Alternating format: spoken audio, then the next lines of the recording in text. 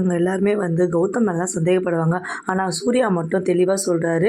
கௌதம் மேல தான் சந்தேகப்பட்டோம். ஆனா கௌதம் இந்த வேலைய செஞ்சிருக்க மாட்டாரு. மகாவும் பார்த்தீங்கன்னா, கௌதமுக்கு தான் ஃபேவரா பேசிட்டு இருக்கிறாங்க. கௌதம் இந்த வேலைய பார்க்கல. எங்களுக்கு நல்லாவே கிளியரா தெரியும். ஆனா யாரோ நம்ம குடும்பத்தில பிரச்சனை வரணுன்றதுக்காக தான் இந்த பிரச்சனையவே கொண்டு வந்திருக்காங்க இந்த குழந்தை மூலியமா அப்படின்றாங்க. அடுத்த நாள் பார்த்தீங்கன்னா, அந்த ஆஃபீஸர்ஸ் எல்லாமே வீட்டுக்கு வராங்க. என்ன உங்களுக்குள்ள பேசிக்கிட்டீங்களா? யார் என்ன பண்ணீங்க? ரெடியா இருக்கீங்களா ஒத்துக்கிறதுக்கு அப்படின்றாங்க. எதுக்கு சார் ஒத்துக்கணும்? எங்க வீட்ல யாருமே தப்பு பண்ணலன்னு சொல்றாங்க அப்படின்னு சொல்லிட்டு ஆர்கியூ பண்றாங்க. சரி நாங்க ஒரு முடிவு எடுத்திருக்கிறோம். எங்களுக்குள்ள டிஎன்ஏ டெஸ்ட் அந்த குழந்தைக்கு இருக்க டிஎன்ஏ டெஸ்ட் எடுத்து பார்த்துட்டு யார் என்னன்றதை நாங்க கண்டுபிடிச்சிட்டு உங்ககிட்ட சொல்றோம் சார். அது வரைக்கும் இந்த குழந்தை இந்த வீட்லயே இருக்கட்டும் அப்படின்றாங்க. சித்ராதேவி பார்த்தீங்கன்னா, அதெல்லாம் முடியாது. இந்த குழந்தைய எடுத்துட்டு போங்க. டிஎன்ஏ எடுத்துட்டு அதுக்கப்புறம் வேணா பார்த்துக்கலாம் அப்படின்றாங்க. ஆனால் சூர்யாவும் மகாவும் பார்த்தீங்கன்னா, அந்த குழந்தை இங்கே இருக்கிறதுனால உங்களுக்கு என்ன பிரச்சனை?